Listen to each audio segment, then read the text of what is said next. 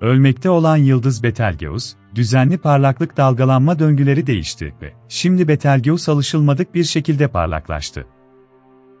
Şu anda normal parlaklığının %142'sinde oturuyordu.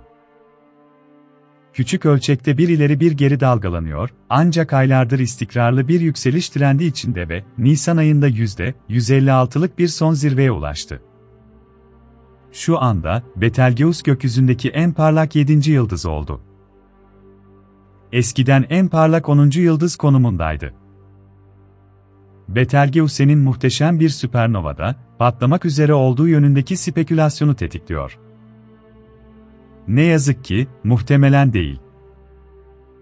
Betelgeuse, kozmik zaman ölçeğinde, insan ölçeğinde ölümün eşiğinde olmasına rağmen, süpernovası 100.000 yıl uzakta olabilir. Bilim adamlarına göre, mevcut davranışı büyük olasılıkla 2019 yılında karartmanın ardından, biraz devam eden sallanma ve yıldız 10 yıl içinde normale dönecek. Dünyadan yaklaşık 700 ışık yılı uzaklıkta bulunan Betelgeuse, gökyüzündeki en ilginç yıldızlardan biridir. Üstümüzde asılı duruyor, kan çanağı bir göz gibi parlıyor, kırmızı dev sahnesinde ömrünün sonunu gösteren bir yıldız. Ancak Betelgeuse, kırmızı bir dev için bile alışılmadık bir yıldız türüdür. Bir zamanlar mutlak bir canavardı. Mavi-beyaz bir O tipi yıldız, en büyük yıldız ağırlık sınıfı.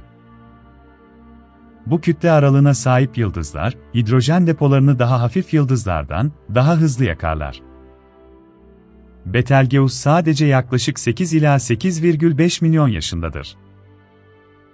Bunu 4,6 milyar yaşındaki Güneş gibi hidrojen yakan, ömrünün sadece yarısında olan bir yıldızla karşılaştırın.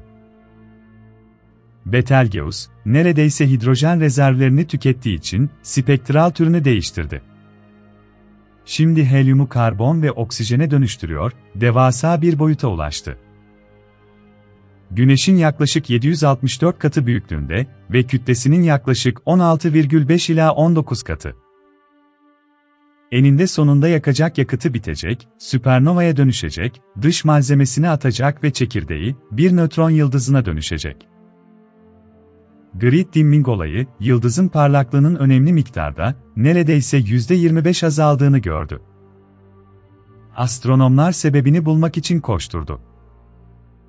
Betelgeuse'nin yüzeyindeki soğumanın, yıldız üzerinde büyük bir toz bulutunun yoğunlaşmasına neden olduğu ortaya çıktı. Bu bulut daha sonra dışarı atıldı ve Betelgeuse kısmen gizleyerek loş görünmesine neden oldu. Bilim adamları, bir kırmızı dev yıldız için oldukça normal bir davranış olduğunu söylüyor. Sadece genellikle böyle bir ön sıra koltuk alamayız. Büyük karartmadan önce, Betelgeuse ayrıca, düzenli döngülerde parlaklık dalgalanmaları yaşıyordu. Bu döngülerin en uzunu yaklaşık 5,9 yıldır, diğeri 400 gündür. Ancak büyük karartma bu dalgalanmalarda bazı değişikliklere neden olmuş gibi görünüyor. Harvard-Smithsonian Astrofizik Merkezi'nden astrofizikçi Morgan, 400 günlük döngünün yarıya indiğini buldu. Bu titreşim döngüsü, yıldızın içindeki genişleme ve büzülme tarafından yönlendirilir. MacLeod ve meslektaşlarının yürüttüğü simülasyonlara göre, Betelgeuse'un içindeki konvektif bir duman, fışkırarak yıldızdan kopan malzeme haline gelmiş olabilir. Süreç boyunca, bu yükselme 400 günlük döngünün aşamasını bozdu ve, bunun yerine yıldızın şu anda sergilediği, kabaca 200 günlük bir döngüyü üretti.